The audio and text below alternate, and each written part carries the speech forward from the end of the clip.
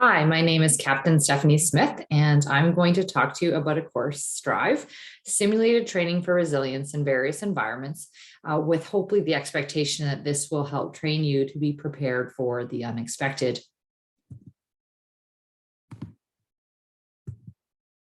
So you might wonder why Strive or why resiliency training? And I want you to think about working in the absolute best clinical environment, a location where you have all the resources you need, all the team members that you need, you're familiar with all of the equipment and the location, you're well rested, you've eaten, you don't have to go to the bathroom, and you feel really supported by the team and the organization you work in. I think we'd all like to work in an environment like that, and we know that that is probably not the case often. However, we do know even in that utopian perfect environment, we are going to deal with some of the hardest days for so many of our patients. We will deal with death, we will deal with significant injury, and that stuff is challenging. Developing resiliency skills helps you navigate those challenging environments so that you can come out feeling better and thriving instead of just surviving. We're going to talk a little bit about burnout. As you'll probably see in many different articles, that burnout is becoming more and more prevalent, especially since COVID. If we take a quick look at what burnout is, it's considering emotional exhaustion, cynicism and detachment, and a decreased sense of accomplishment. Burnout can be outside of the medical environment, but we certainly see it a lot in our medical clinicians. We're thinking about physical exhaustion, mental exhaustion, and emotional exhaustion at its highest. What's interesting is that many of the signs of burnout look like stress. So if we think about being really tired, overwhelmed, flustered or frustrated, easily snapping at our patients or peers, forgetting things, making simple mistakes, getting angry very quickly, snapping at others, feeling helpless, those can all be things that we can recognize in ourselves and others when we see burnout in our environment. And what's interesting with this is that there's been some research done looking at nurses and doctors working in intensive care units and really what stimulates that burnout syndrome and what triggers it. So often it's the clinical work environment, having lack of resources, lack of support can be significant, the stress that's associated with that environment, the conditions which you have day to day, and the workload. And we've seen this in this report looking at doctors and nurses, but we can also imagine this overflows into other areas of medicine as well. And it significantly compromises our ability to have a good quality of life for our own health and wellness, and for us to enjoy the work that we do and have satisfaction and joy. And it's really important for us to overcome many of these things through working with other groups, other clinicians, collaborating together for strategy development, and then also working with our family and being very open and honest about what we're experiencing. So let's take a little look at the data. So we're wondering what really causes burnout. Many of us would have our own indicators of what bothers us the most, but if we look at a recent study that was completed on Medscape, there were many administrative tasks that really lead to our burnout. Then also lack of respect from either employers or staff that we work with, working too many hours, so sometimes long shifts or too many shifts, shift work, and then not having a lot of autonomy or control in the environments for which we work. Those are some of the really key ones. Interestingly, lack of respect from patients was a bit lower. However, I would say this is probably a pretty big trigger for many people. Then we looked at the Canadian Federation of Nurses Unions, and it's interesting to see that 73% of nurses reported feeling that their institution or organization is regularly over capacity. I've been hearing this more and more as well in my clinical practice. And 83% indicated regular staffing was insufficient or inappropriate for meeting the needs of patients. And then adding with that the recent illnesses with many of our staff coming down with COVID and how that adds stresses to the clinical environments. Interestingly as well, clinical symptoms of burnout were about 29%. And this study was done in 2020. So since then, we actually anticipate that the burnout rates of being about 30 to 40% in most studies have actually increased to over 60%. So quite significant. If we look at the physician group and the Canadian Medical Association from the recent health survey in 2018, we found out that burnout was quite high amongst residents, 38%, and 29% amongst physicians. And you can see that actually resiliency was recognized as relatively high. However, burnout seems to be increasing, and we can recognize that the importance and the strain on individuals on their resilience means that we need to take the time to recognize what we can do to continue supporting clinicians in practice. And then we looked at where in particular are the highest areas of stress. So amongst physicians, a recent study indicated that 60% in emergency medicine were burnt out and 56% in critical care. So that's pretty significant for the conference that we're at right now related to trauma. And it's important to recognize that these numbers are most recent from a 2022 study. And it seems that from looking at the literature over the last 5 years, these numbers have been increasing and really shifting from like a 30 to 40% to increasing to 60%. There was a recent study as well out in 2022 related to COVID-19 advisory in Ontario, and looked at kind of what were the indicators that were impacting burnout the most. And so many of these things have already been highlighted, but we know that long hours, workload, understanding the role that you have to do, shifting roles during the pandemic have been very challenging. Concerns about your own health and wellness have been very significant. Having lack of control with the work that you do, potentially not feeling well supported by your chain of command or by leadership, not having sometimes flexibility with schedules. I've had many of my nursing colleagues shift from one environment to another and then have very challenging processes with trying to adapt their schedule to a new environment that they're working and maybe doing different shift work. And that certainly adds to a significant stressor.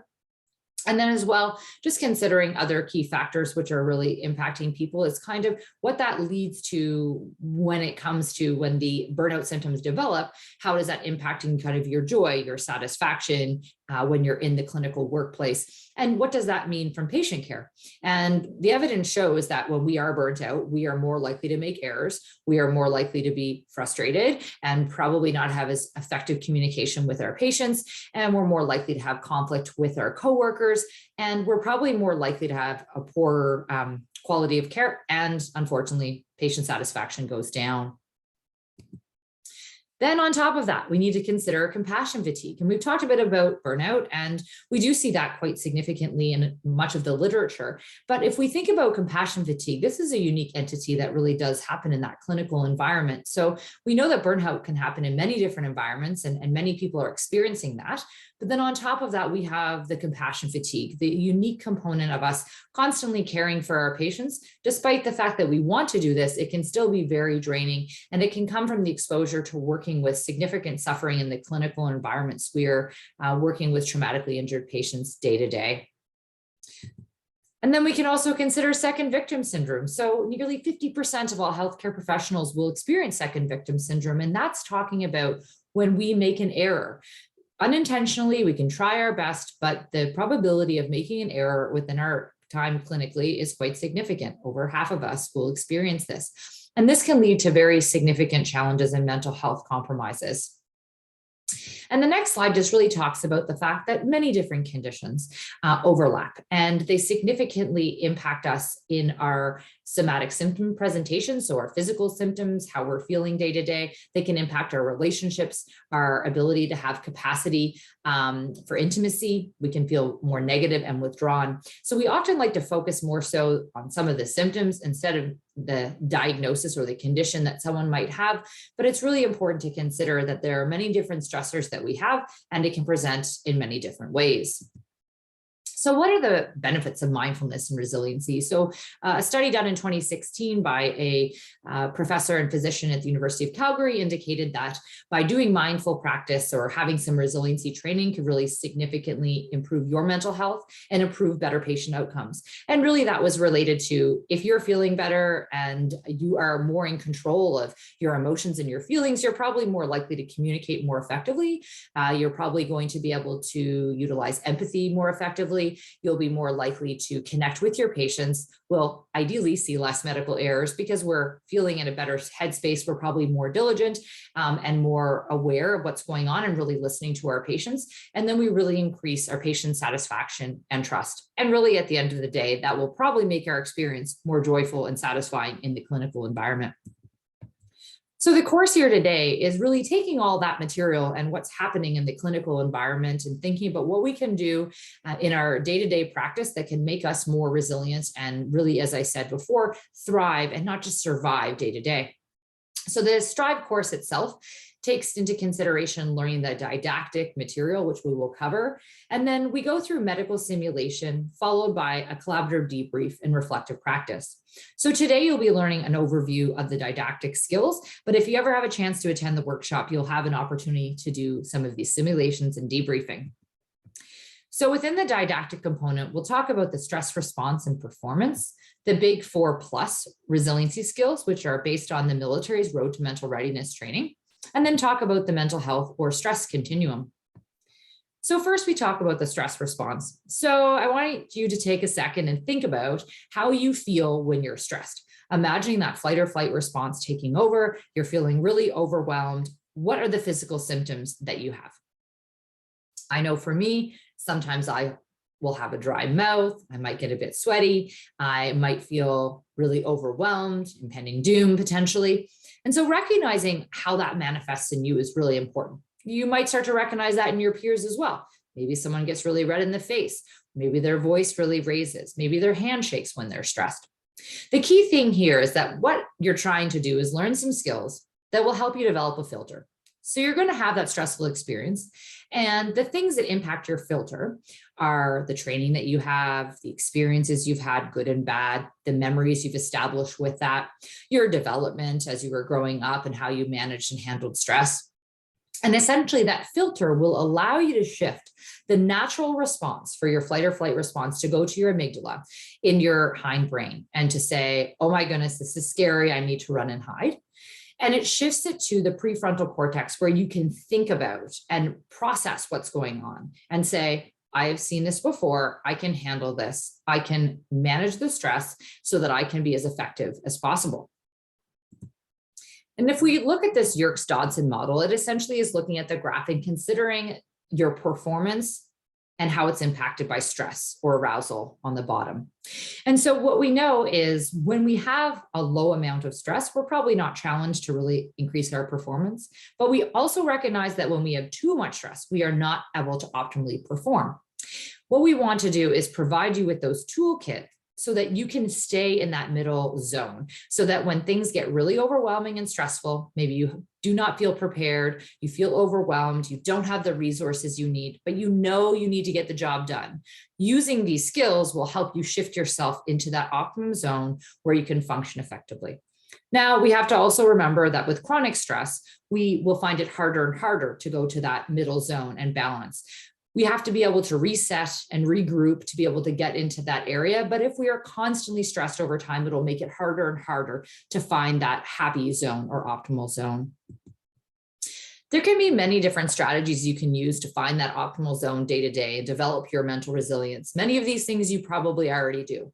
I challenge you to take a look at this list and pick one you do well, and then pick one that you might want to challenge yourself to do a little bit better over the coming year. I know for me, one is really recognize that it's okay to say no. You don't have to take on everything. And if it's not a hell yeah, then this is not necessarily something I should take on. And then another key piece is always knowing that I can ask for help. So that's the challenge to myself when I'm in a situation feeling overwhelmed, knowing it's okay to ask for help, to have support. So we're going to jump right into the Big 4+, again, based on the military's Road to Mental Readiness training, where this has been used both in the US military and the Canadian military to help manage and mitigate stress. So we're going to go into these 6 different skills. So the Big 4+ starts with tactical breathing or arousal control. And essentially, this is considering deep breathing. And we recognize with deep breathing, we can take away our sympathetic nervous system control and take over that parasympathetic control with the phrenic nerve stimulation and with that nice deep breath and stimulating the diaphragm. And we recognize with this, we are actually able to control our breathing. So we can't, unfortunately, slow down our heart rate by just thinking about it or bring our blood pressure down. Although with deep breathing and slowing down, we have seen that that can impact your heart rate and blood pressure. However, this can really allow us to regain that control and focus, allowing us to calm our body and our mind, helping us improve performance and focus, and improving that oxygen delivery to the brain and to our muscles. So one of the strategies you can use for this is taking a nice deep breath in for 4 seconds, holding it in for 4 seconds, breathing out for 4 seconds, and then holding it out for 4 seconds. Then repeating that cycle for 4 minutes. So 4 times in a minute for 4 minutes. If you're finding that's too long, you can always do a shorter cycle. Even just one time with a nice deep breath in and a nice deep breath out can be really effective. I find when I do this with patients, sometimes that's too long for them, or if someone's really agitated or anxious, a shorter period of time is much better. So just giving the visual to say, take a deep breath in and imagining filling your lungs all the way down then to your toes, and then taking a nice deep breath out can be really effective. And when I work with kids, really great tactic that you can use when you're having to do a more painful skill like putting in an IV or taking blood work, getting them to take a nice deep breath in, imagining smelling a really wonderful birthday cake, and then breathing out and blowing out all of the candles. I found this one works well from working with pediatrics. So here's just a picture of what that would look like, and hopefully you can practice that on your own time. Then we go into the second of the big 4+, and that is goal setting. So we're just going to quickly go over this piece, but initially we're talking about the SMART acronym. So developing goals can be either for very specific short-term goals or big picture goals. But if you use this breakdown of being very specific, measurable, attainable, relevant, and time-bound, it can be really helpful so that you can make those specific goals. And you want to make goals that you can reassess. Sometimes we make goals that are a bit too challenging, and when we're trying to achieve them, it can be very frustrating that we have made them really specific. So I use an example of potentially doing something like intubating a patient. So the specific tasks to intubate them, is it measurable? Certainly, I can follow their CO2 levels on the screen. I can watch their oxygen levels, and I can also look at the color perfusion of their skin. And then I can also assess that when I've actually done the intubation. And is it attainable? This is always an interesting one. And I teach medical students as well. Sometimes the skills we're doing might be something we haven't become really comfortable with, but it's something that I've learned the training for, and so I need to be able to do. And so keeping that positive frame of mind can be really helpful. There will be times that we haven't done skills in a long time, and using this SMART acronym can be really helpful to remind us that we can attain it, we can do the task. Most importantly, is it relevant? Do I need to be doing this? Well, in this case, if we're intubating a patient, it's probably because they can't maintain their airway. So it's probably pretty relevant. And from a time-bound standpoint, as previously being a nurse and then going into medicine, I recall working with the team and being very much aware of the timeline so that I could say it's been about a minute now since we've been trying to do this. Should we oxygenate the patient? So having a time-bound goal can be really helpful. That's just an example of using it kind of short, a very short-term or specific goal, but you can also use this for big picture things in your own personal life. If you wanted to take on increasing your fitness and improving that, you could use an acronym like this to help you through. There's really great material on the internet that you can use to develop goals like this as well to help you. And another one that's really interesting to use and easy to use, I should say, is WIN. What is important now? So when I get really overwhelmed in that clinical environment, could be a code situation, multiple casualties, multiple competing demands, many people asking you questions, we all need to think about what's important now. And everybody might be internally doing this to really help you regroup. This is also really important, I find, to remember to ask the team, is there anything I am missing? What is most important that we do right now? So I love this acronym as well. We're going to jump into the third big 4+, and this is visualization. Probably my favorite one. As an athlete, I've done this for many years, practicing going into a triathlon and thinking through exactly the race and where the hills would be on the bike and where I'd feel the most discomfort and pain to help prepare myself to be most successful on the course.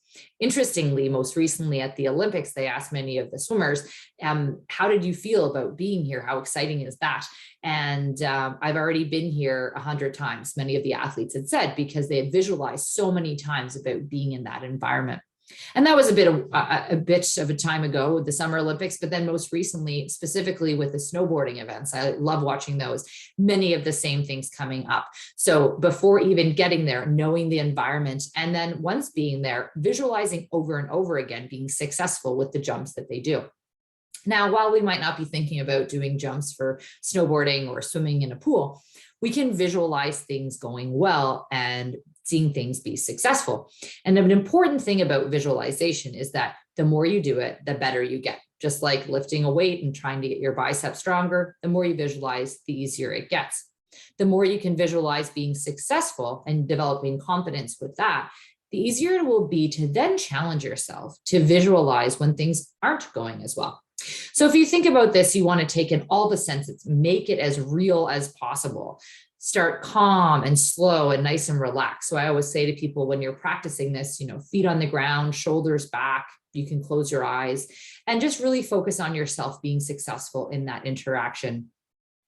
And then using movement if appropriate. So while your eyes are closed or open, moving your hands if that's appropriate, moving your body, and really trying to keep it simple at the beginning until you develop that confidence, and then practice it lots of times. And a good example of this might be when you're working with the trauma team and you want to visualize being successful. So maybe the last time you worked with the team, it seemed a bit stressful and people didn't respond as well as you had hoped. And you potentially could go through this and navigate yourself being very positive, how you can respond to things when things seem stressful. And then also, as I'd mentioned, when you get better at this, challenging yourself to think through when things aren't going well, how do you navigate the team back to being more successful?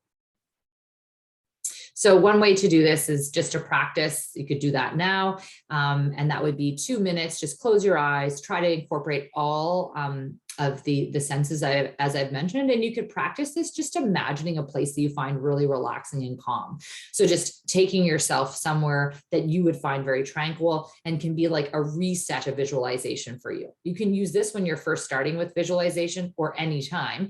And the goal is that you're really going to cause yourself to shift again from that sympathetic nervous system, overdrive the fight or flight response, and cause yourself to be more relaxed. I find this really helpful if I've had kind of a disagreement with maybe a peer or with a patient and I feel a bit stressed by that. I can just go to the bathroom, do a quick visual reset, and can kind of get myself back on feeling good again. And the key piece is the more you visualize with some of the clinical examples that I provided is that you will then allow yourself to develop those neurocognitive pathways so that when you experience it again in real life, you can say, I've seen this before. I've navigated this before many times because I've done it, visualizing it in my head. One example from a trauma surgeon that I worked with when I was teaching this course at the University of Calgary was how he used visualization to start his day every day and before every surgery. So whether it was a trauma surgery coming in unexpected or it was a planned surgery he was doing, he would scrub and close his eyes and just visualize the start. He would imagine the nurses checking the patient's name, checking who was in the room, making sure that he would think about the sounds in the room, the smells in the room, imagining the smell of the cautery tip if appropriate, and just took himself through that as a set point every time before he went into surgery and found that to be really helpful. And that was his strategy to keep himself calm and grounded as he prepared for those surgeries. We're going to go into the fourth big 4+, and that's self-talk. I like to think of it as positive self-talk, but sometimes we do have a lot of negative self-talk. And the goal here is to really recognize when it's happening. So whether it is true or whether it's not, if we say it to ourselves, we often believe it to be true. And we often reinforce those beliefs and those thoughts, even when they aren't correct. And we often have very strong language that we use, very extreme, and this can make us feel really overwhelmed, but it can make it seem very true. And one thing I learned doing a psychology or psychiatry rotation many years ago was that you can have a simple acronym to think about it. So when those thoughts come into your head, you want to catch the thought and recognize it, then you want to challenge it, and then you want to change it. So if I'm thinking, I'm not going to be able to do this, I'm not going to get this intubation, this is going to be really challenging, all these thoughts are going through my mind and I'm only focusing on the negative. So I catch that thought, whoa, whoa, whoa, you can do this. You've done this before, so you're challenging it. And you need to stay positive so you can do this. Your patient needs you, and the more positive you can be, the better. And change the thought. You've done hard things before. You've done intubations before. Yes, this is hard, but you can do it. So just using a simple approach can be really helpful to navigate those easily negative thoughts that come into our brain. Another time where this really helps in teams is that often we say something in the team environment when maybe there's a code situation or a trauma situation, and maybe we aren't heard, or maybe we don't feel heard. And, we then go to a place in our mind where we start saying, well, they don't care what I think, or I never feel that anybody listens to me. All of that's not helpful in the situation. So if you can shift and say, maybe they didn't hear me, I should probably say that again, because it's really important for the patient right now. And just really allowing yourself to recognize when you do that, because we are more likely to do that in highly stressful situations. And then on top of that, if we are already in our personal life feeling stressed, overwhelmed, burnt out, having compassion fatigue, many other things, that can make it even easier for us to go down the rabbit hole and be a little bit harder on ourselves. Here's some points of things that you can consider is challenging yourself to consider the evidence of the thought that you're having or the odds of it. Considering the advice of others. And I find this one really helpful. Like, what would you say to your best friend if they told you this situation? Would you be as hard on them as you are on yourself? And then considering the words and the extreme of the words, every time or always, or I never can do this. And just recognizing that that language can be very overwhelming and it can take us down the wrong neurocognitive pathways. And the last piece with the positive self-talk, I love to have people think about a positive mantra, something that is your reset button. Whether you stick a sticker on your name tag that makes you think of this when things are overwhelming, like a little rainbow or a star or anything that really connects with you, or just knowing a thought to reset yourself. I'm feeling really overwhelmed right now. What is that thing I always say to myself? And some of these are just some ideas. I know for me, saying you are so enough, you can do this can be really helpful. You've gotten through hard things before, you can do this now. Your patient really needs you and they need you to be in the best headspace. Suck it up, be positive, let's do this. Whatever it might be, just finding that thing for you that really allows you to reset yourself. Sometimes even as a team, you'll have something like that to really motivate and help the team feel grounded and connected before that patient comes in. And I think the next one of the Big 4 Plus is really interesting. And this is one of the new two. So as you can imagine, Big 4 Plus started with 4, and now we have 2 new ones added. I think attention control is extremely important in the environments we work in. So in the trauma environment, emergency environment, we are really having to shift our attention. It makes me think a lot about my time working in Afghanistan when we had multiple patients coming in at the same time. And how could you shift your attention very quickly? At that time, I was a nursing officer, and I would sit in awe of the physicians that were working together, the trauma surgeons, the emergency docs, the family docs leading the different trauma stations. And I would notice that there was many competing demands. We only have 2 operating rooms. Who do we put in the operating rooms? Who gets blood? Who gets to have the X-ray or the CT? Whatever is going to happen is being navigated very quickly, and our attention is being pulled in many directions. So in this example, it's essentially thinking about there's internal and external stressors that are going to happen. So internally, there are going to be things that are going to make it harder for me to maintain my attention. So am I exhausted? Is this the end of my shift? Have I done a long call shift? Have I been on for many days? Am I feeling just overwhelmed? Am I feeling sick?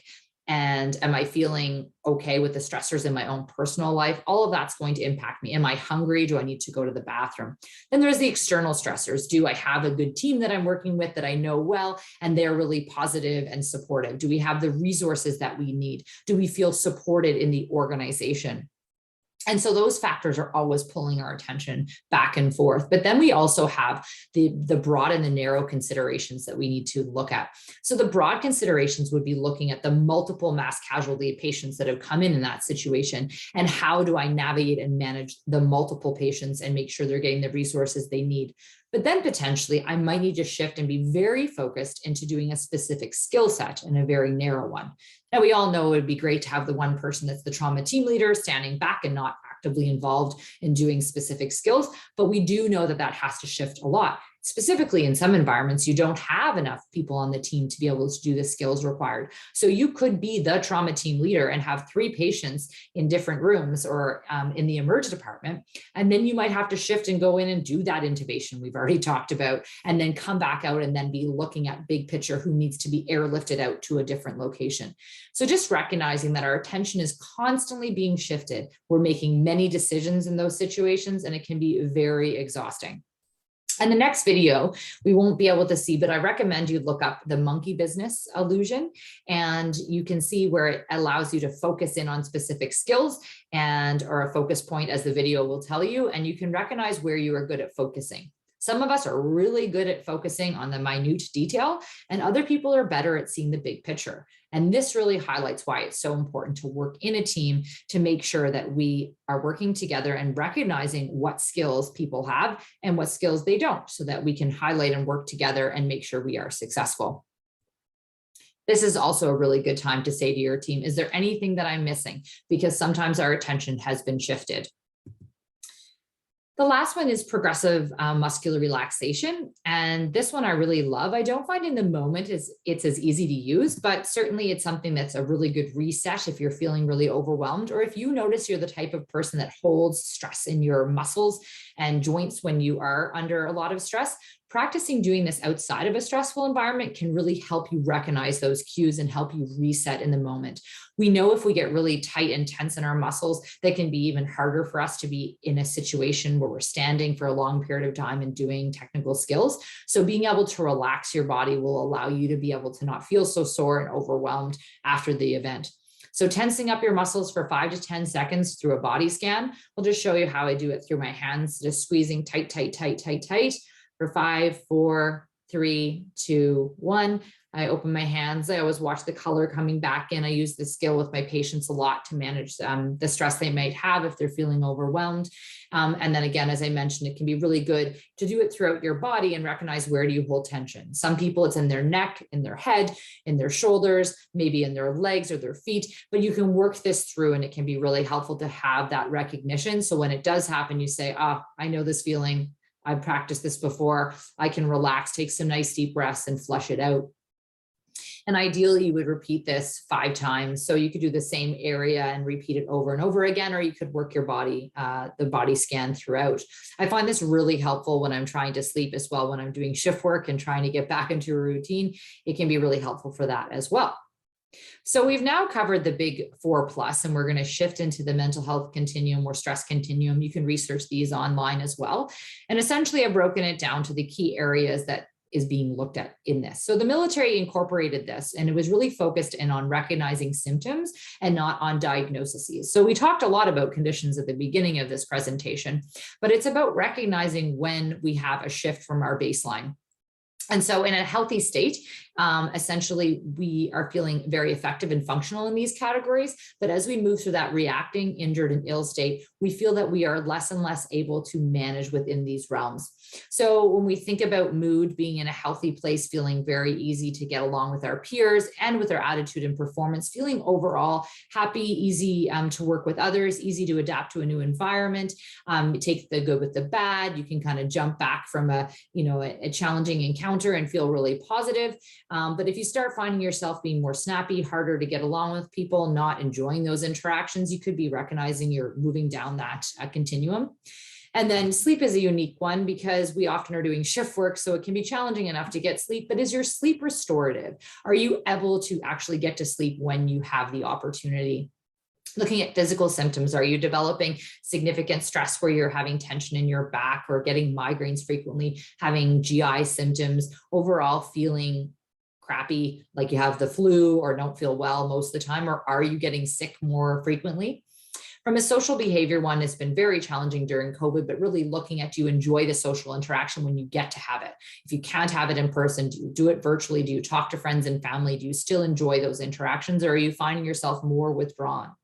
And then the substance use and gambling, are you using strategies to mitigate and manage the stress, and are they ineffective and you've noticed a shift? Those would all be indicators to move more towards the injured or ill state. And then as well with that, having a change to the point where your mental health feels so overwhelmed, and you feel so unhappy that potentially people would be having suicidal ideation. And so really important to recognize that sometimes we won't see all of these signs and symptoms, but it's recognizing that and noticing a change in someone, yourself or your peers, is really important. And asking people. In the military, we frequently will say, I'm not in the green, or I'm in the yellow, or I'm in the orange. And it really allows people to get away from that stigma of feeling like I have to have that diagnosis or say that I'm having a symptom. I'm just not feeling I'm responding as well as I should. And I think I need a breather. I need to take a step back. And this breaks it a bit down, as I've already mentioned. So hopefully you'll have a chance to look at that a little bit further or look it up on the internet. And so when I run this workshop, I run it with medical simulation modalities that are looking at 4 different areas. So, and many of it is related to how we train when we're in medical school and nursing school, and then what we do in the clinical environment. And using high fidelity or low fidelity mannequin simulation is quite common. Using actor facilitated scenarios can be really effective and very emotion inspiring for sure.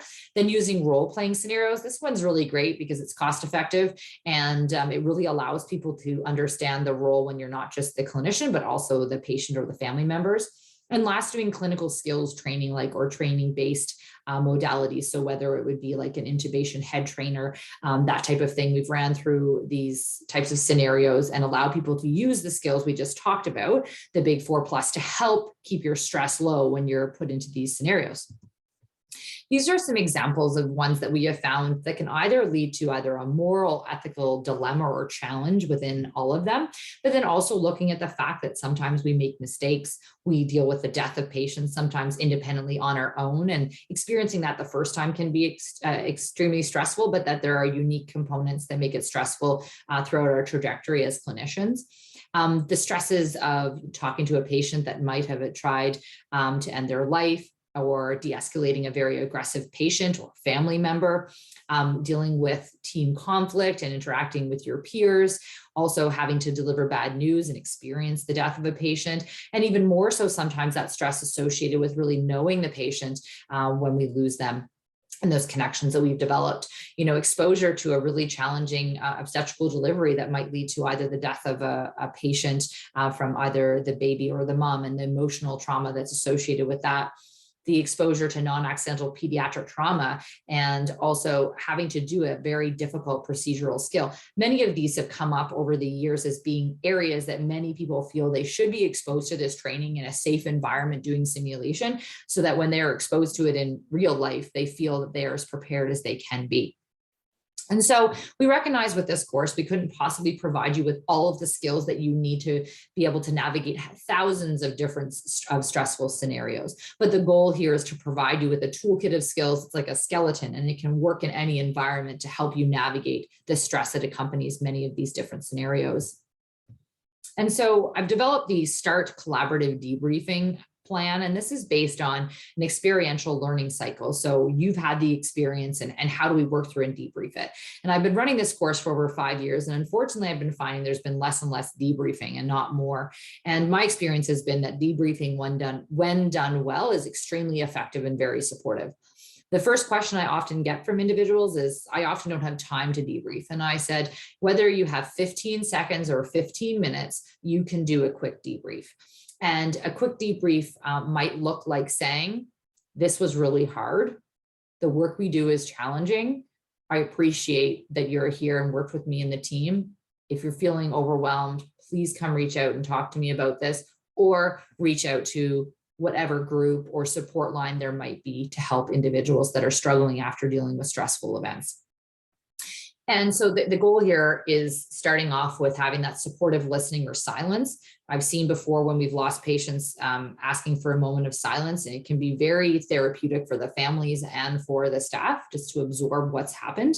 And that supportive listening is so key, making sure we're seeking to hear people and give them the space to talk.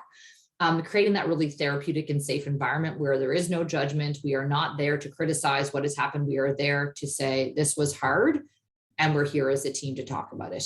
Acknowledging the experience is so key. I've had so many students that I've taught that have gone through and said when they were going through medical training, doing shadowing experiences and experiencing death for the first time. And often it being just really kind of not a big deal in that scenario, and just said, oh, well, that sucks that that patient passed away. And then they move on to the next patient. There's no processing of the event. There's no acknowledgement of that really stressful experience. And then it leads to the recognition and conceptualization. So reflection and conceptualization. So we want to reflect on this scenario and take some time to think about like how we thought things went or how we feel things went, providing that space for people to speak to that if that's what's helpful for them in that moment, and thinking maybe about the why that happened. And the last part would be the takeaway. And, how am I going to leave this and have a positive, something that I'm going to be able to do to go into the next scenario feeling really good and positive. And maybe that's just reinforcing what went well in that scenario, or maybe it's a positive takeaway. An example would be a pediatric trauma is coming in and you're not a pediatric specific hospital. I think many of us would get pretty anxious about that if we don't feel we deal with pediatrics all the time, or even still, it's always very overwhelming. And let's say you're new to that environment and you haven't familiarized yourself with the pediatric crash cart, or there's now a key on it or a zap strap, and for some reason we can't get things off, and then we do get it open and we find out it hasn't been refilled and there's things missing. And this causes a lot of stress for the team when we're trying to manage the scenario. And, let's say in that situation, we reflect on it and we have a lot of frustration and anger at whoever was supposed to have organized the crash cart, or maybe there's some anger and frustration at ourselves for not being familiar with where the crash cart was. And so really there can be some reflection there that I feel really overwhelmed when I don't feel prepared. And my takeaway from that is that when I go to a new environment, I'm going to keep myself accountable and make sure I familiarize myself with where the crash cart is, the intubation kit, all of the things that I will need so that I'm better prepared for the next clinical scenario where this happens. And so there can always be a positive, and it should not be processed as a negative. This is meant to be providing an opportunity for people to discuss what they've experienced if it is the right time. Some people will prefer to do, this would be more like a hot debrief if you're doing it right away versus a cold debrief where people might want to do it days later, and that is fine. People just need to be provided the opportunity to discuss if they would like to. But even as I've said, if you only have a very short period of time to do this, you can still speak to it and provide people with the information they need to seek and get help. And lastly is really talking about that reflective practice. What can we do to make sure that we are going to be healthy, be satisfied, be joyful in the careers that we have taken on? How do we mitigate and manage the stresses that we will definitely have? The key thing here is accessing resources, knowing what those resources are, what supports are in place. And if I don't know what they are, finding out what they are, and especially trying to do that when you're feeling well. Next piece is looking at the internal versus external factors. We've talked about some of those, recognizing what you can do to mitigate and manage your own internal stressors so that you can show up to work and feel the best that you can be, and also how you can manage and mitigate those throughout the day by using some of the skills we talked about. And then also considering what are some of the external factors that you don't have control over, that you can then try to analyze how you can maybe make those fixes and make recommendations to have improvements, but not to allow yourself to go down the rabbit hole too much on the things that you can't control. Developing a plan, committing to it, understanding that things are going to get more stressful at times for you, and having a plan of action should things start being overwhelming, when you feel like you're no longer having that satisfaction and joy when you're at work, when you no longer feel that you are thriving and you just feel like you're surviving day to day. You want to start activating that plan. And ideally you want to do it before that happens, but making sure that you have a plan in place so that when you do feel overwhelmed, you know what you need to do. And then constantly reinforcing the skills learned. You probably resonated with one, maybe two of the big 4+. It might not be that all of those felt like they connected with you, and you might already have great skills that you are using to manage stress. It's about recognizing how we can link them in to what we do. So when we're running these skills-based scenarios, or you're having them in real life, use these skills when you can. In the next time that you're dealing with a trauma situation, before it starts, potentially, and you're getting prepared, thinking about things going positively, saying some positive self-talk, having a reset word to get you focused.